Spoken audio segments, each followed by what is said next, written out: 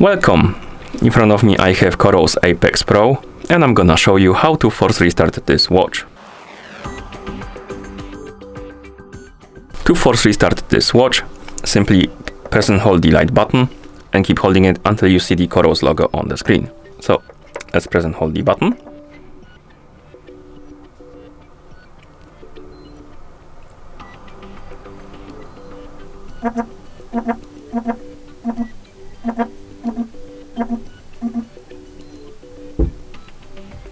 Once you see the logo, you can release the button and wait. And as you can see, we're back in the system, and that's how you force restart this watch. Thank you for watching. If you found this video helpful, please consider subscribing to our channel and leaving the like on the video.